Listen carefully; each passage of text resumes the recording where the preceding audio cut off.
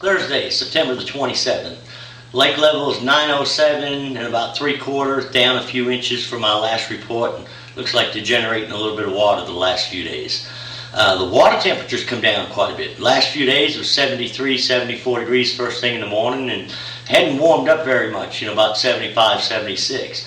And what's happening with that water temperature cooling down, that thermocline in different areas of the lake is starting to break up and it's kind of dissipating. What that's doing, it's scattering the fish all over the place. There's fish from 2 feet deep, and some of them are going real deep, as deep as 45 to 50. Now, the shallow bite, like I've been talking about the last couple of weeks, it's really hit or miss, but it can be really good or really bad. What I've been keying on is the backs of the creeks. And the bigger creeks that have got several fingers seem to be working a little bit better. It's working from one end of the lake to the next for me. Not having to have stained water. Most of the creeks I've been doing it in is pretty clear water.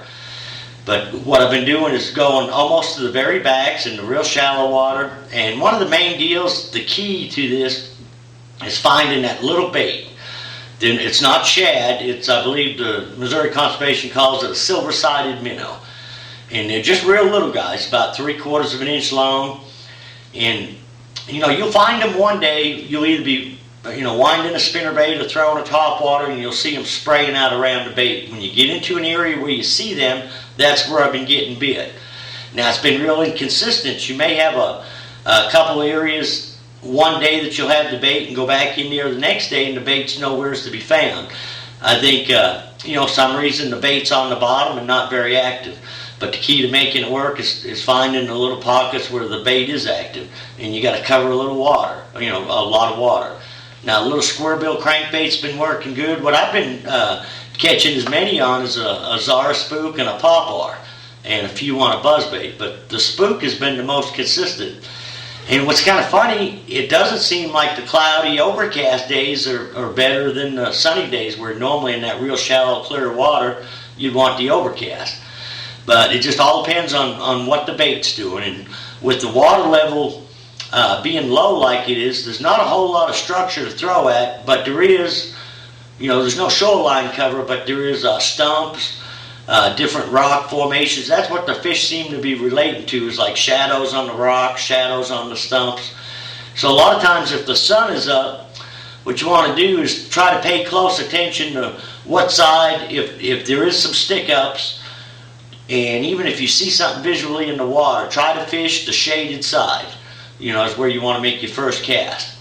You can also try a shaky head or a jig in some of those same areas.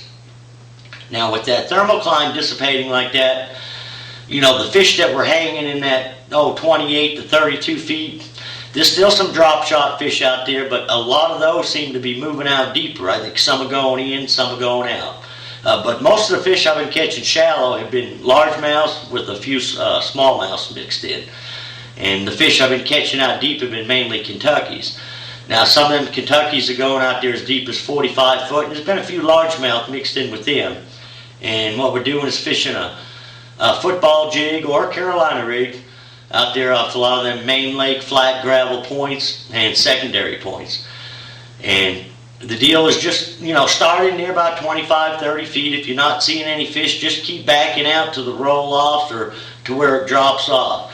If you see the fish suspended, you might be out over 50 or 60, which you might do if you're fishing a jig, reel the jig in and pick up a drop shot and try to catch them. They'll be out there suspended. And every day it's different as far as even out there on them flats. The bait really seems to be the key out there too, not the little minnows, but the shad. If you can find the schools of shad, you're usually going to find some active fish out in the area. Now, last week, we talked about, I was going to go over some different things on the Alabama rig. The Alabama rig was really a big deal last fall. That's, when everybody discovered it. And it seemed to work real good up until about the post spawn. And it seems like the fish kind of got off of it. So hopefully, with the fall coming on, the water cooling down, the fish should start to get back on it. I caught a few. I've been throwing it pretty steady, throughout the year, just to see if it'll work. But it hasn't worked too much for me. Even when the fish have been schooling, I hadn't been able to pick too many fish up on it. So hopefully it'll start working now that the water's cooling down and fish are getting more on shad instead of crawdads. But a lot of things, they were really expensive at first. If you could find them, you was paying $25 a piece. Now that everybody and their brother makes one, there's so many different variations of it, and the prices have really come down. Now over here at the Sportsman Factory Outlet, they've got theirs now for $5.99, and I think you can get like 6 for $20. So that's really reasonable. And some of the things we found on the Alabama rigs are some of the things that I found, and a lot of the other guys have found as well, is they without a doubt get tangled on everything.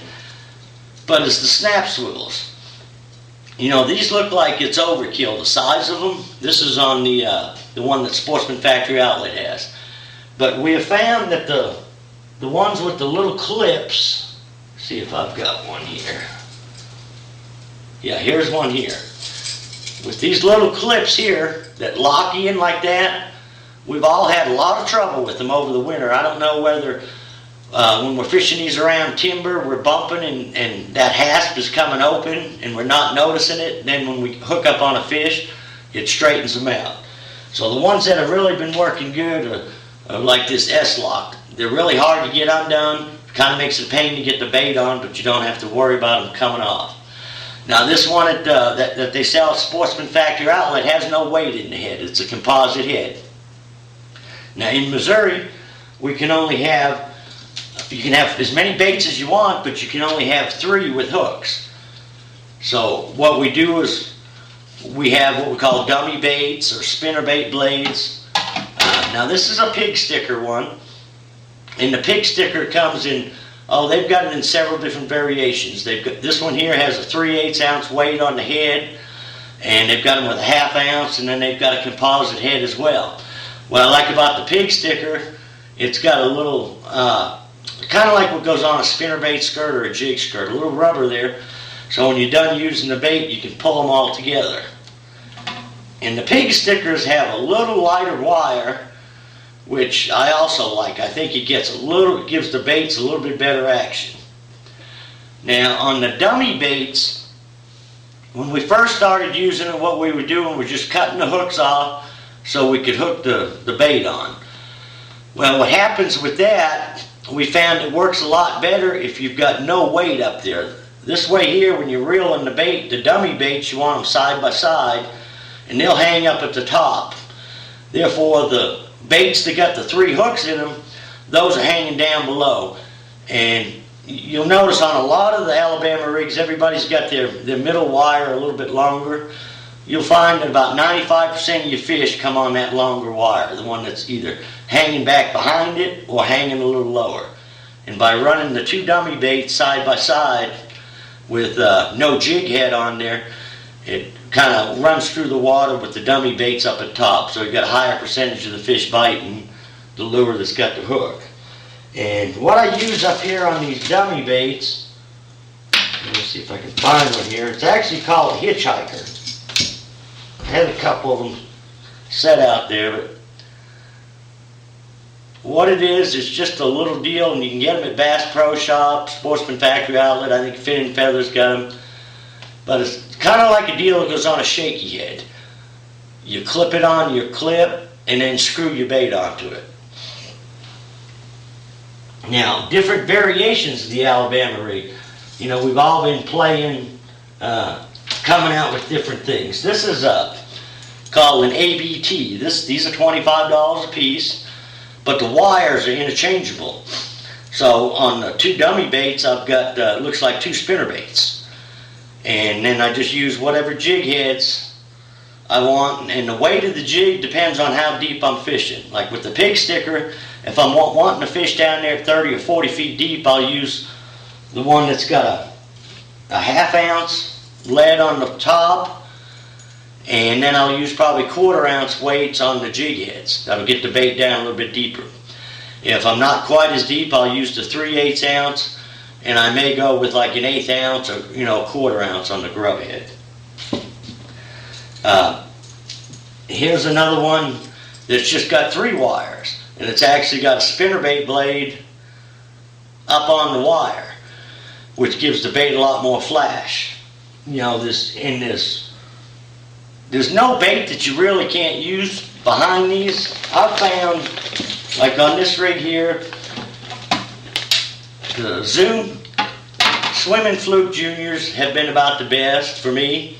A lot of times what I'll do is I'll use some 4-inch grubs, single tail grubs, either Bass Pro XPS or chompers, and a salt and pepper.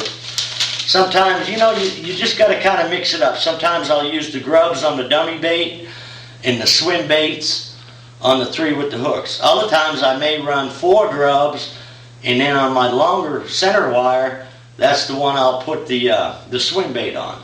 So, you know, trial and error is the best thing to do with it.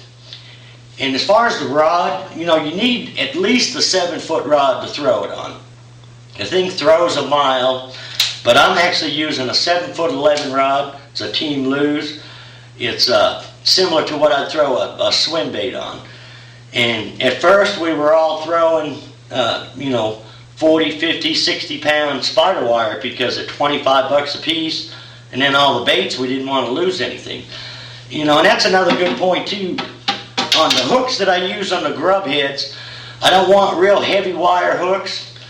You know, I want them naturally strong enough to be able to, not for a fish to bend them, but if I get them hooked in a tree, I actually want the hook to be able to straighten out so I can get my rig back. So Chompers has got one that they make that's worked out real good. And a lot of them I pour myself. It's just a ball head, and I'll use a thin wire hook just like I would on 6-pound line swimming a grub. But like I say, I still want it stiff enough where if I catch a, you know, 5, 6, 7-pound fish, it's not going to straighten the hook. And the funny thing about these Alabama rigs is they catch more bigger fish than they catch smaller fish. So I hope I helped you out there a little bit on some different things to look for on your Alabama rigs. And now's the time to be throwing it as the water gets cooler. Hopefully they'll get back on it. A lot of people were worried about that where everybody was throwing it, the fish might get, you know, acclimated to it, but I don't think the fish are as smart as we give them credit for sometimes. But so hopefully when the fish will start getting back on this A-rig, and it's really a fun deal to fish. You can catch some big fish on it. And with this water cooling down, something's going to be coming back into play here. I've been catching a few fish on little finesse jigs, 1/4 ounce and 3/8 on the shallow boat docks. Now that should do nothing but get better. The smallmouth on the football jigs in the morning still working for me. You know, like anywhere from 5 to 15 foot deep. And that should get better as well. And you'll catch, you know, mainly smallmouths. I'm doing that with a 1/2 ounce football jig. And I was going to do some more things on the electronics, but we have to wait till, you know, I get a few days off and get some time to go out and do some on the water shots, so we can do some side imaging. We can actually see what I'm looking at and how we're interpreting what we're looking at. So till next week, good luck, good fishing.